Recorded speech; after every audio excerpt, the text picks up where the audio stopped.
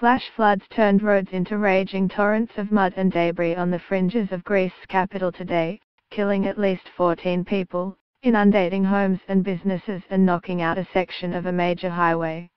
There were fears the death toll could rise further as rescue crews searched for potentially missing people in flooded homes and streets on the western outskirts of Athens. The flooding came after a severe overnight storm brought driving rain to the area. Roads turned into muddy rivers that carried away vehicles, tossing them into piles on roadsides and against fences and buildings. Several walls from yards and low buildings collapsed, filling the streets with rubble. 12 of the people killed, 4 women and 8 men, were found in or near Madra, a small town on the western outskirts of Athens that was hit hardest by the flood.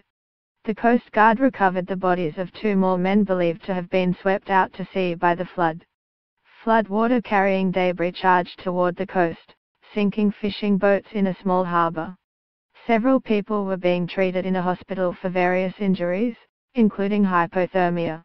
The fire department said it had received more than 600 calls for help pumping water out of buildings and had rescued 86 people trapped in vehicles and homes.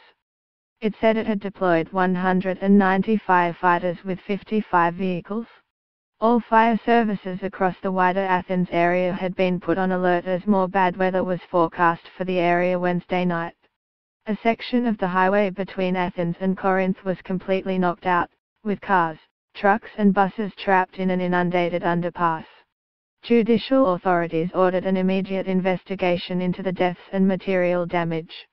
Investigators would be looking into whether factors such as shoddy or illegal construction might have contributed to the severity of the flooding. Local authorities shut schools in the areas of Madra, Neaparamos and Megara, while the fire department appealed to the public to avoid the area unless absolutely necessary in an effort to reduce traffic. More hazardous weather was predicted for large swaths of Greece over the coming days, with storms predicted for western Greece and for parts of the Greek capital. The deaths came a day after authorities declared a state of emergency on the small Aegean Sea island of Samir due to torrential rainfall there that flooded homes and shops, swept vehicles into the sea and cut power after the local power station was flooded.